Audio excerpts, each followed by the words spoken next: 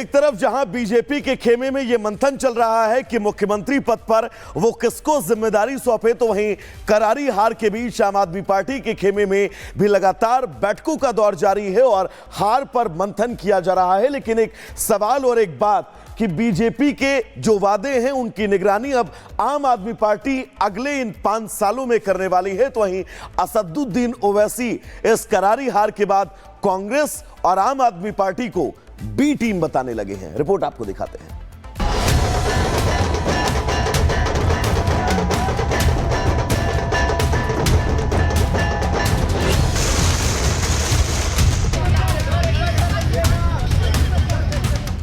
दिल्ली विधानसभा चुनाव में आम आदमी पार्टी को तगड़ा झटका लगा।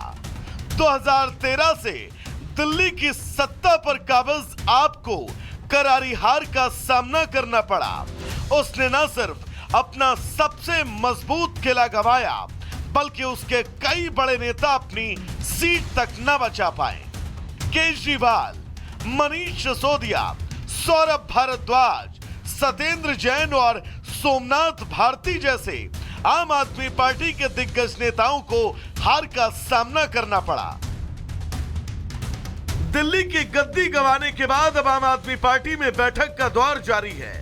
रविवार को पहले पार्टी संयोजक केजरीवाल ने संदीप पाठक, संजय सिंह, गोपाल राय और दुर्गेश पाठक से मुलाकात की और उसके बाद सभी 22 नवनिर्वाचित विधायकों के साथ बैठक की।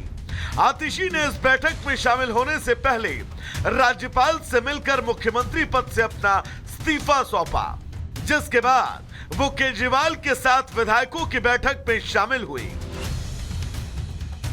मीटिंग के बाद आतिशी ने बताया कि सभी विधायकों को मजबूत विपक्ष की भूमिका निभाने और जनता की सेवा में जुटने के साथ बीजेपी के वादों को लेकर जवाबदेही तय करने का निर्देश दिया गया।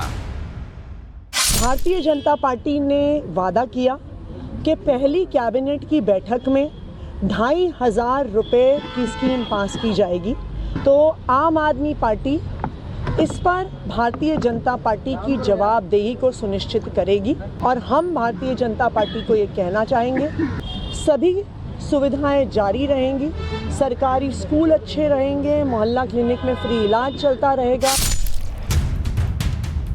वहीं इस दौरान आतिशी बीजेपी को घेरने से नहीं चूकी और जब उन्होंने बीजेपी पर गुंडागर्दी और पैसे बांटने के आरोप लगाए तो बीजेपी ने भी आप पर पलटवार करने में देर न की।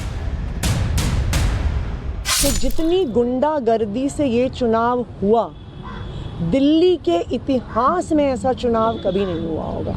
जहां खुलेआम पैसा बट रहा है, खुलेआम दारू बट रही है, पुलिस वाले बंटवा रहे हैं। केजरीवाल की लूट और झूठ का जो मॉडल था, उसकी लुटिया यमुना जी में डूब गई है और मोदी जी का मॉडल अब दिल्ली में चलेगा। अब एक और बीजेपी ने आपको आईना दिखाया, तो वहीं एआईएमआईएम अध्यक्ष ओवैसी ने भी आम आदमी पार्टी और कांग्रेस पर कटाक्ष किया। जो लोग अपने आप को बड़ा सेकुलरिज्म के दावेदार कहते थे, वो दोनों सियासी पार्टियां आज एक दूसरे पर बी टीम का इल्जाम नहीं लगा रही हैं। इससे ये बात साफ जाहिर होती है कि जहां मजलिस इलेक्शन अगर ज्यादा सीटों पर लड़ जाती तो ये फौरन इनका ये हरबे हथकंडे इस्तेमाल करना शुरू हो जाते। बहरहाल दिल्ली में चुनाव भले ही खत्म हो गए, लेकिन सियासतदानों के बीच चल रही जुबानी जंग से ये साफ है कि आने वाले समय में भी दिल्ली का सियासी पारा थमता हुआ नहीं दिख रहा। Bureau report, Republic Bharat. तो चलिए दर्शकों, गुड मॉर्निंग भारत में आगे बढ़ेंगे और आपको बड़ी खबर बता दें। दरअसल नए आयकर बिल से जुड़ी ये बड़ी खबर है। आज संसद में पेश हो सकता है ये बिल को मंजूरी दरअसल केंद्रीय कैबिनेट से मिल चुकी है। टैक्सेशन सिस्टम में सुधार के लिए ये बिल लाया जा रहा है। टैक्स सिस्टम में कैसे सुधार किया जाए, कैसे उसकी पूरी मशीनरी को और मजबूत किया जाए, इससे जुड़ा ये बिल आज सदन में पेश किया जाएगा। केंद्रीय मंत्रिमंडल की तरफ से हरी झंडी टैक्सेशन सिस्टम में सुधार के लिए आ रहे इस बिल को मंजूरी मिल चुकी है और आज सदन में यह बिल पेश किया जाएगा।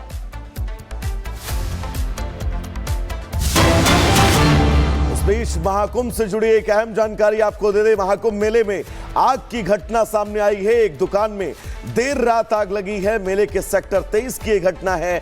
खबर मिलते ही दमकल विभाग मौके पर पहुंचा है। ये तस्वीर हम आपको दिखा दें। फिलहाल खबर यह है कि इस आग में किसी के हताहत होने की जानकारी नहीं है और खबर यह भी है कि इस आग पर काबू पा लिया गया है।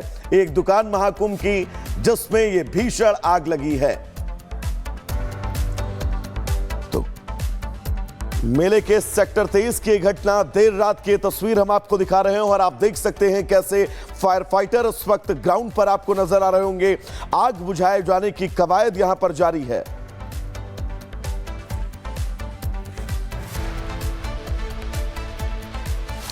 तो महाकुंभ मेले में आग की घटना और यह तस्वीर देर रात की हम आपको दिखा रहे हैं, जहां पर अब लगातार ये कोशिश की जा रही है कि जल्द से जल्द इस आग पर काबू पाया जाए। दर्शकों, छत्तीसगढ़ के बीजापुर में हुए नक्सली ऑपरेशन में 65 से ज्यादा नक्सलियों के मारे जाने की खबर है।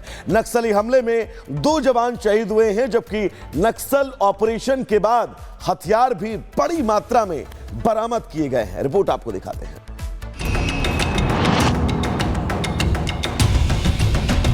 ये हमारी लड़ाई अंतिम चरण में पहुंची है और हम देश को 2026 मार्च तक पूर्णतया नक्सल समस्या से मुक्त कर पाएंगे। छत्तीसगढ़ में लाल आतंक अपने खात्मे की ओर है। सुरक्षा बल के जवान नक्सलियों को चुन चुनकर छत्तीसगढ़ से सफाया करने में जुटे हैं। आज फिर लाल आतंक के खिलाफ महाराष्ट्र छत्तीसगढ़ बॉर्डर पर बड़ा अभियान चलाया गया।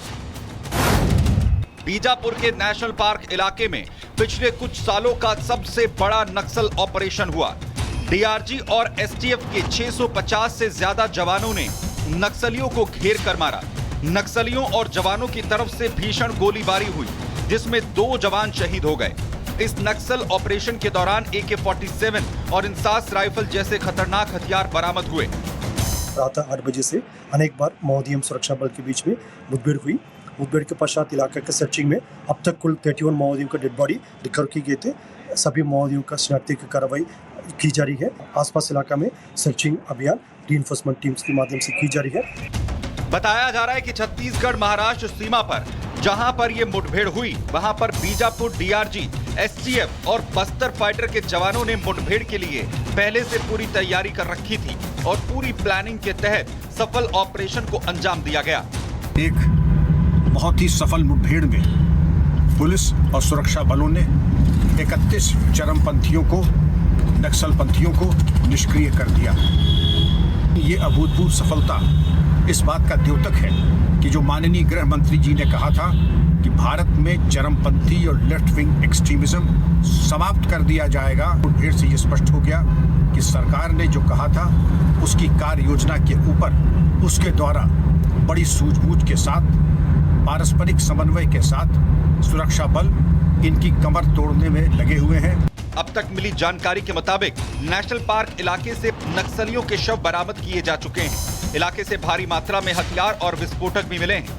देश के गृह मंत्री आदरणीय अमित शाह जी, उनका संकल्प है कि 31 मार्च 2026 तक इस देश से नक्सलवाद को समाप्त करना है। मुझे पूरा विश्वास है कि जिस बहादुरी के साथ हमारे जवान लड़ रहे हैं, निश्चित रूप से हमारे माननीय प्रधानमंत्री जी, माननीय गृह मंत्री जी का संकल्प पूरा होगा। बीजापुर के नेशनल पार्क वाले एरिया में 650 से अधिक जवानों ने अनेक कैंपों से ऑपरेशन लॉन्च किया, अनेक दिनों का अभियान किया और उसके बाद आज 31 नक्सलियों के मारे जाने की सूचना है। ये सभी वर्दीधारी थे और AK-47, इंसास, BGL लॉन्चर्स, ऐसे सारी चीज़ें, ऑटोमेटेड बड़े सारे हथियार उनसे बरामद किए गए। आपको बता दें कि पिछले साल दिसंबर महीने में जब अमित शाह छत्तीसगढ़ पहुंचे थे तो अमित शाह ने नक्सलियों को संदेश दिया था कि वो हर हाल में सरेंडर कर दें। अमित शाह ने